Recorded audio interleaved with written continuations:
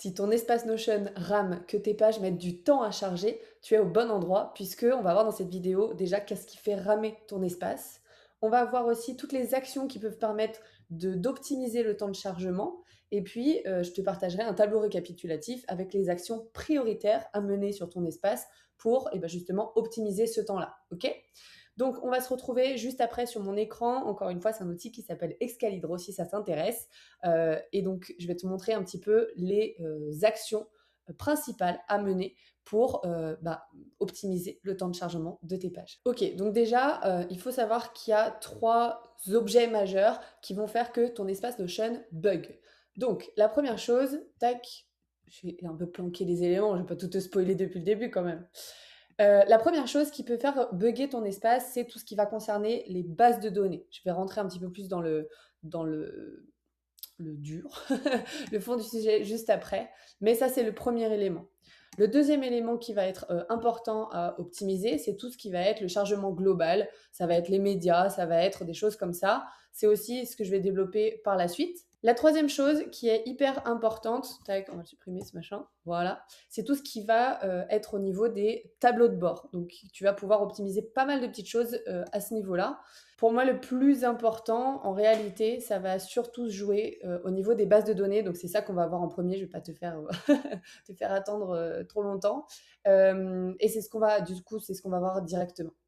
Donc, la première chose que tu peux optimiser sur tes bases de données, c'est... Alors, est-ce que je vais pouvoir te montrer déjà ce que c'est qu'une base de données si tu ne connais pas suffisamment? Hop, Showtime. Voilà. Là, j'ai un exemple d'une base de données. OK.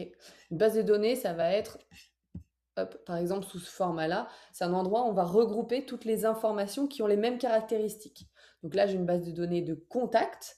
Donc évidemment, ce sont des données fictives pour le coup. Donc essayez pas de contacter ces personnes-là. Mais un contact va avoir un nom, prénom, va avoir un email, un téléphone, va travailler dans une entreprise, etc., etc. Et donc, c'est ce qui va nous permettre de stocker toute cette information. OK? Donc, pour revenir un petit peu à nos moutons, ce que tu vois ici sur cet écran-là, c'est qu'en fait, ici, on a beaucoup, beaucoup, beaucoup de pages. D'accord? Et donc ça, le fait d'afficher énormément de pages d'un coup, en fait, quand Notion va ouvrir le tableau de bord sur lequel tu es, eh ben, ça va être très lourd à charger toutes ces pages. D'accord? Donc ça, c'est la première chose sur laquelle on va pouvoir travailler. Hop, je vais réduire ça. Euh, et la première chose à faire du coup, c'est déjà de ne pas héberger les bases mères, je mets des guillemets, mais c'est un petit peu ça, directement dans vos tableaux de bord, vos espaces de travail, d'accord? Ici, c'est le cas. On a une base de contact, ok? En fait, ce qu'on va faire, c'est que on va glisser cette base-là, si mon ordi veut bien arrêter de ramer. Ah oui, forcément, il rame, c'est pas optimisé encore. Donc, dans une page qu'on aurait appelée base de données, par exemple, d'accord? Et on va faire ce qu'on appelle une vue liée. Je vais te montrer tout simplement comment on va faire de manière un peu feignante. Donc, je vais simplement me mettre sur les trois petits points à côté de ma base, copy link to view, et puis je vais plutôt, hop là, afficher. Donc là, je colle mon lien, et je vais cliquer sur Linked Database View, hop. Donc là, on voit maintenant qu'il y a une petite flèche. Ça veut dire que ce n'est pas la base de données mère, mais c'est une vue finalement de cette base de données. Et de cette manière-là, déjà, on réduit un petit peu le temps de scroll. C'est pas énorme, mais c'est une bonne pratique pour commencer. On va préférer faire des vues versus héberger toutes les données au même endroit. Ok? Ça, c'est la première chose. La deuxième chose, c'est que tu le vois, ici, on a beaucoup de lignes qui sont affichées quand même. D'accord? Donc, ça pose toujours problème. Donc, ce qu'on va venir faire, c'est qu'on va opter plutôt pour afficher un petit peu moins de lignes par défaut. OK? Et donc, pour ça, je vais aller ici dans les petits paramètres de ma base de données, ma vue liée. OK? Je vais aller dans Layout. Donc, peu importe ce que tu choisis là. Mais ici, à la fin, tu as Load Limits, si tu es en version anglaise, ou sinon je te laisse faire la traduction pour le coup. Tu vois, par défaut, moi, je suis à 50 pages. Donc, à chaque fois que je vais ouvrir une page, il va me charger 50 lignes de ma base de données. Donc, par défaut, on peut réduire déjà ce nombre-là. OK? Je vais grossir le trait, mais on peut choisir 10 lignes. OK? Ça ne veut pas dire que les autres pages sont supprimées ou autres, hein. C'est simplement que par défaut, ça va nous ouvrir que 10 lignes et je vais pouvoir cliquer sur charger plus si je veux ouvrir et regarder un petit peu les autres lignes. Ok. Donc ça, c'est une deuxième action que tu peux mettre en place qui fait partie des prioritaires déjà pour optimiser le temps de chargement. Autre chose qui a moins d'impact, mais quand même, c'est d'éviter de filtrer vos bases sur des propriétés de formule ou d'agrégation. Des propriétés, donc là on va parler du coup des noms de colonnes, ok. Elles ont des types. La propriété email, c'est un type email. La propriété ici entreprise, c'est un type texte, ok. Et en fait, tu vas avoir, alors j'ai pas de roll-up ici parce que j'ai pas de vue liée, mais je vais avoir une propriété type formule par exemple ici. Si je clique sur change type, on voit bien que c'est une formule, ok. Et donc ce qu'il faut éviter là-dedans, c'est simplement de filtrer sur une propriété type formule. Donc ici, c'est priorité relance. Ok. Peu importe quel filtre vous appliquez, mais en tout cas, ça peut faire ramer un petit peu plus vos espaces. Je vous dis pas de pas l'utiliser. Moi, j'utilise encore très souvent. Encore une fois, c'est pas une action qui a énormément d'impact, mais encore une fois, ça peut vous aider. C'est une autre chose qu'on peut mettre en place. Autre chose qui est important, et ça j'insiste dessus, c'est de supprimer ou en tout cas d'archiver vos pages régulièrement. Un espace Notion, ça demande quand même de la maintenance, je mets des gros guillemets, mais des coups de clean, un petit peu comme un ménage de printemps.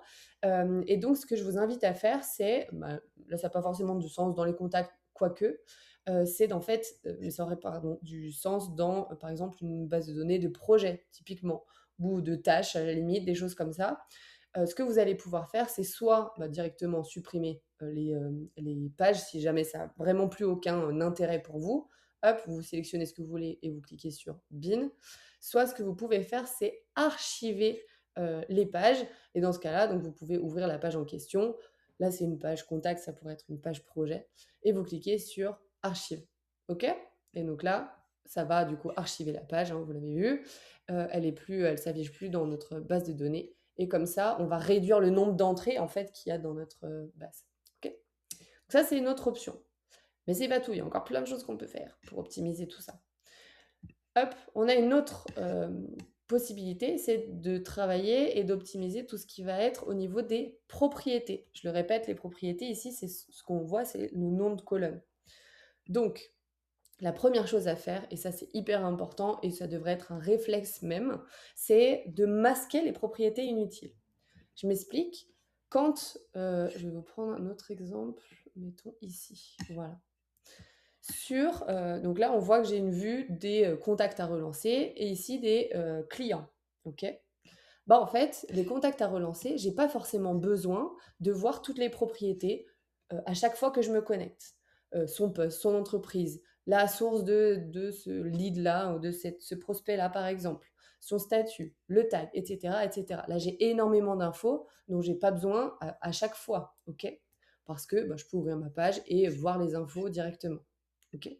Donc, ce qu'on va faire, c'est qu'on va masquer un certain nombre de propriétés, le plus possible en réalité, pour, encore une fois, optimiser ce temps de chargement. Pour ça, on va se mettre sur n'importe quelle vue. Donc là, je me mets sur la vue, on relance, ok.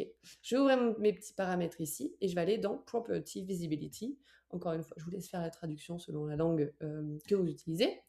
Et là, on voit que par défaut, on a des petits yeux comme ça qui s'affichent. Ça veut dire que toutes les propriétés, en fait, sont affichées dans cette vue-là. On l'a vu ensemble, on voit tout, ok. Mais, encore une fois, on n'a pas besoin de tout voir. Typiquement, là, je suis dans une vue que j'ai appelée On relance, à recontacter, ok. Et on voit du coup que le statut, c'est forcément à relancer. Bon, ça, du coup, on n'a peut-être pas besoin de le mettre, ok. Donc, je vais masquer, donc simplement en cliquant sur le petit œil, mon statut. Et puis, je peux masquer, en réalité, pas mal de trucs. Par défaut, je vais même tout cacher. Et puis, je vais plutôt afficher téléphone, email, entreprise, poste. La source, on n'a pas besoin forcément tout le temps. On peut se mettre un truc dernier contact, prochaine relance. Voilà, c'est pas mal. L'honneur, à la limite. Et puis les notes, voilà. On a déjà la moitié en fait des propriétés. On n'a pas besoin de les afficher. Donc en fait, on simplifie la vue et ça nous apporte beaucoup plus de clarté aussi sur les infos qu'on est en train de traiter. Ça, c'est une action majeure à mettre en place sur vos tableaux de bord, votre espace Notion, de masquer un maximum tout ce que vous voyez. OK? Ensuite, ouais, ça c'est important. Je suis en train de relire en même temps que vous, mais c'est réduire un max les propriétés complexes. Parfois, alors si vous êtes déjà sur Notion, vous avez déjà créé pas mal de choses. Certainement, vous avez des bases de données qui sont reliées. Peut-être que vous avez relié avec plein de trucs, que vous avez créé des formules dans tous les sens, etc. Ça apporte beaucoup de complexité en fait à votre espace. Encore une fois, je ne dis pas qu'il ne faut pas le faire, ça va dépendre des cas d'usage et de vos process, de votre fonctionnement. Mais l'objectif quand même, c'est de réfléchir et de penser à un système qui soit le plus simple possible pour quand même valider les usages et les besoins d'utilisation. D'accord? Dans tous les cas, essayez de réfléchir à créer le moins de formules possible, le moins d'agrégation possible. Une agrégation, c'est pareil, c'est un autre type de propriété pour le coup. C'est pas le sujet, donc je vais pas trop creuser, mais essayez d'avoir quelque chose le plus simple possible, d'éviter d'avoir des relations, d'agrégation de formules, parce qu'on s'y perd. Et qu'en plus, vous avez d'autant plus peur de casser l'espace, je vous connais. Donc voilà, c'est quelque chose qu'on peut éviter pour le coup. Voilà.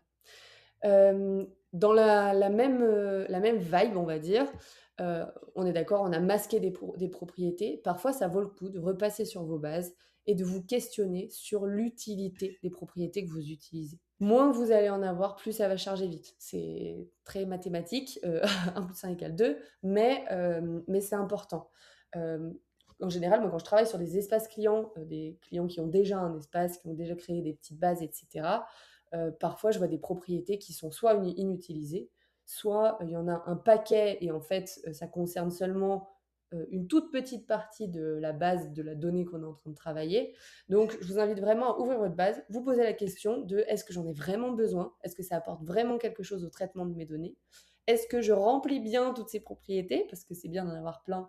Si elles ne sont pas remplies, on perd un peu d'utilité et de contexte sur la data. Okay, et dans ce cas-là, du coup, il y a certaines propriétés, certainement, que vous allez pouvoir carrément supprimer. Et encore une fois, on allège un petit peu cet espace-là. OK? Hyper important ça. D'ailleurs, j'en profite, mais si vous créez vos bases, encore une fois, avant de passer sur Notion, réfléchissez aux bases de données que vous avez besoin de créer, aux propriétés que vous avez besoin aussi de créer pour ces bases, et essayez d'avoir le système le plus simple possible dans un premier temps déjà, pour que ce soit facile à maintenir, que ça soit compréhensible, que les gens remplissent aussi ces bases-là. Voilà, c'est hyper important. Ensuite, là, on est vraiment dans le détail, mais en effet, il y a des choses que vous pouvez faire. J'ai fait l'exemple ici sur une propriété que je vais afficher, que je n'ai pas affiché du coup. Hop, pays, bim, voilà. Parfois, ça se joue aussi au nombre de caractères de vos propriétés ou le nombre d'entrées. Je vais vous montrer. Chez Océane Vidal, par exemple, on a une propriété donc, pays. Okay, c'est un type select, ça veut dire qu'on va pouvoir sélectionner un élément dans la liste. Okay. Et en fait, on a énormément d'options. Ça, c'est quelque chose qui peut alourdir aussi votre espace. Donc, on peut certainement supprimer des options. Okay, première chose. Autre chose, et là, encore une fois, c'est dans le détail, on va le voir dans le tableau récap, c'est pas ce qui optimise le plus le temps de chargement, mais écoutez, c'est quand même bien de l'avoir en tête. On va aussi pouvoir jouer du coup sur le nombre de caractères de vos propriétés. Par exemple, dans statut, on a différents statuts possibles, nouveaux, en cours à relancer, etc. Et c'est un peu... voilà, mais si on met new à la place de nouveau, on a moins de caractères et donc ça va charger un petit peu plus vite. Voilà. Encore une fois, on monte dans le détail, mais ça vaut peut-être le coup. Dernière chose à ce niveau-là, c'est si vous utilisez des formules. Alors, est-ce que je l'ai mis là? Tac, je vais recharger la propriété de formule. Voilà, priorité de relance. Je vous invite, encore une fois, on va dans le détail, mais à essayer d'avoir les formules les plus simples possibles, encore une fois, et d'utiliser... Alors, est-ce que je l'ai mis là? Je sais plus. C'est... Mais si, je suis bête. C'est l'option let. En fait, c'est ce qui va vous permettre de créer des variables dans votre formule et donc de ne pas devoir à chaque fois recréer le calcul dans votre formule. Là, on est un peu sur le côté tech geek, si je grossis le trait, mais c'est quelque chose qui peut aussi faciliter et réduire un petit peu le temps de chargement. Si vous utilisez l'IA, en général, il utilise Let. Là, typiquement, c'est fait avec l'IA. Je l'ai généré comme ça. Et donc, par défaut, il utilise Let. Ça va voilà, réduire un petit peu la lourdeur, finalement, de la formule. Voilà, voilà. Ensuite, donc ça, c'est pour les bases de données. C'est là où vous allez avoir 80... on connaît la loi de Pareto, donc 80% des résultats avec les 20% d'actions. Donc, je vous invite vraiment à vous focus là-dessus. Maintenant, on peut avoir d'autres choses, on va passer un peu plus rapidement, mais notamment en ce qui concerne le chargement global. Bon, je ne savais pas trop quoi donner comme titre, j'avoue. Mais on va avoir tout ce qui concerne, je vais tout afficher, tout ce qui concerne les médias. Ok, les médias, hop, vous avez la possibilité de charger des visuels, notamment des gifs, des widgets, des choses comme ça dans vos pages. Ça peut être au niveau de l'icône ici, ça peut être au niveau tac, de la photo de couverture que vous allez pouvoir choisir ici. Ça va être aussi à l'intérieur de vos pages. Tac, mettons, je vais choisir une splash, mais yop, voilà, quelque chose comme ça. Donc on peut aussi mettre des images directement à l'intérieur des pages. On peut aussi créer, alors où est-ce que je l'ai mis? Je pense que c'est là-dedans. Ajouter des widgets. Moi, je le vois beaucoup sur les espaces. Je n'en peux plus de ces widgets. Mais des petites choses comme ça, un peu des compteurs de je sais pas quoi. Bon, bref. Ces choses-là, donc c'est des médias. Ce que je vous invite à faire, c'est déjà pas en utiliser non plus trop si votre espace rame. Première chose, d'essayer de compresser un maximum les images. Je vous ai mis un référentiel ici de visée inférieure à 1 mégaoctet. Comme ça chargera un petit peu plus vite. Dans l'idéal, préférez des formats, je vous ai mis les formats tac ici, JPEG ou WebP, je ne sais pas si je le dis correctement, mais c'est pas grave, parce que, encore une fois, ça va charger un petit peu plus vite. Et vraiment, je vous invite à éviter tout ce qui est GIF hyper lourd, les widgets que vous téléchargez à droite à gauche, c'est très joli, mais on aime bien quand même que ça reste efficace et propre. Donc pareil, je vous invite à éviter ça, en tout cas si votre espace RAM. Voilà, donc ça c'est plutôt au niveau des médias. Et ce que je vous conseille de faire, c'est plutôt d'utiliser l'application de bureau Notion versus le Notion sur votre navigateur, ce que je suis en train de vous montrer. Donc, mauvais exemple, bien sûr. Mais juste à côté, j'ai l'application de bureau pour le coup Notion qui rame un petit peu moins, d'accord. Dans tous les cas, sinon, je vous invite à vider votre cache. Comme ça, on gagne un petit peu en efficacité. Voilà. Dernière chose, on l'a vu, ça va être au niveau des tableaux de bord, du coup. Hop, on va pouvoir l'enlever, ça c'est bon. Voilà. Je ne vais pas repasser dessus. Je vous ai parlé des widgets. Encore une fois, c'est un peu à bannir, s'il vous plaît, d'avoir la météo sous les yeux tous les matins. C'est très joli, hein, mais peut-être qu'il y a d'autres options pour checker ça. Voilà. Ce que vous pouvez faire pour optimiser vos tableaux de bord, c'est d'utiliser ce qu'on va appeler des toggles. Alors, il y a deux options, toggle et les onglets. Je vais vous montrer ça. Hop là. On va se mettre ici. Et bien, du coup, ça m'a créé, bien sûr, les deux toggles. Hop. L'idée, ce serait... Alors, je vais copier le lien là. On va le mettre dans un toggle pour vous montrer. Tac. Link view of database. C'est pas très joli ce que je vous montre là. Dis donc. Un toggle, c'est ça. Donc, vous pouvez utiliser ce raccourci-là. Ça vous crée un toggle. Et c'est un menu déroulant. Je mets des gros guillemets, mais c'est pas grave. Par exemple, là, ça serait prospect à relancer. OK. Enfin, du coup, plutôt lui. Je suis bête. Voilà. Et en fait, le fait de mettre des vues de vos bases directement dans des toggles, ça va pareil optimiser le temps de chargement puisque la base va se charger uniquement au moment où vous allez déplier ce toggle-là. Ok, ce petit truc déroulant là. Donc pareil, ça peut vous permettre de gratter un petit peu en termes de temps de chargement, d'avoir quelque chose de plus optimisé. Une autre option à ça, c'est d'utiliser les tabs, les onglets. Pour ça, vous pouvez taper /tabs ou /onglet en français. Et comme ça va vous créer des onglets, vous l'avez vu, je me répète un peu. Je vous ai mis un exemple ici et en fait, à chaque fois, si vous cliquez sur «À recontacter», on va voir une vue, donc une vue de base de données qui va se charger et si je vais dans «Clients», ça en charge une autre, mais l'une, après l'autre au lieu de, comme cet espace-là, tac, ce tableau de bord-là, bon, du coup, on voit qu'il rame, donc c'est un peu l'exemple, d'avoir en fait des tableaux comme ça où tout s'ouvre en même temps et du coup le temps de chargement peut être un peu plus important. Voilà.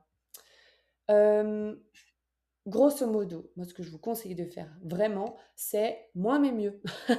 C'est-à-dire que posez-vous la question de qu'est-ce que j'ai vraiment besoin de voir chaque matin, qu'est-ce que j'ai besoin de voir quand je crée du contenu par exemple, ou quand je vais voir mon pipe commercial. Le moins de choses vous allez mettre sur votre espace, mieux le temps de chargement sera d'autant plus efficace. D'accord? Un, ça va être plus efficace. Deux, avoir moins de choses aussi devant les yeux, ça évite la surcharge cognitive et ça va permettre une meilleure clarté sur vos informations. Et donc ça, c'est pas négligeable non plus. Ok? Voilà pour ça. Je vous ai préparé un petit tableau récapitulatif aux petits oignons. Voilà, ça ressemble à ça. Youp, si j'arrive à zoomer dessus, ça serait super, que vous le voyez un petit peu moins. Si vous voulez faire une capture d'écran, faites une capture d'écran. Ça vous montre les actions avec les impacts les plus ou moins élevés. La première, réduire les propriétés visibles, vraiment, ça fait absolument la diff. Avec le deuxième notamment, qui est de limiter le chargement, de ne pas afficher toutes les lignes de vos bases de données, mais peut-être 10, 25 max dans un premier temps, et cliquer au bon vouloir pour voir la suite. Mais en tout cas, ça, c'est hyper efficace. Le troisième, optimiser les dashboards, éviter les widgets. Là, faites-moi les péter, on n'en peut plus de ces widgets. Peut-être ranger les infos dans des tables, des choses comme ça pour, encore une fois, réduire ce temps de chargement. Et après, je ne vais pas redétailler, mais c'est des actions qui ont un petit peu moins d'effet, mais qui peuvent quand même aider si vraiment vous êtes bloqué et que ça continue à ramer. Voilà un petit peu pour toute cette partie-là. Et voilà, vous avez maintenant toutes les clés en main pour optimiser le temps de chargement de votre espace Notion. Si vous avez besoin d'aide, bien sûr, je suis là, n'hésitez pas. Et ma foi, je vous dis à très vite dans une prochaine vidéo. N'hésitez pas à liker, commenter, etc. Je n'ai pas encore le réflexe de, de vous demander, mais c'est vrai que c'est du temps de préparation, mine de rien, plus que ce que je pensais. Donc, écoutez, c'est toujours bon à prendre. Et n'hésitez pas à me dire quel sujet vous voulez que j'aborde dans les prochaines vidéos. Ciao!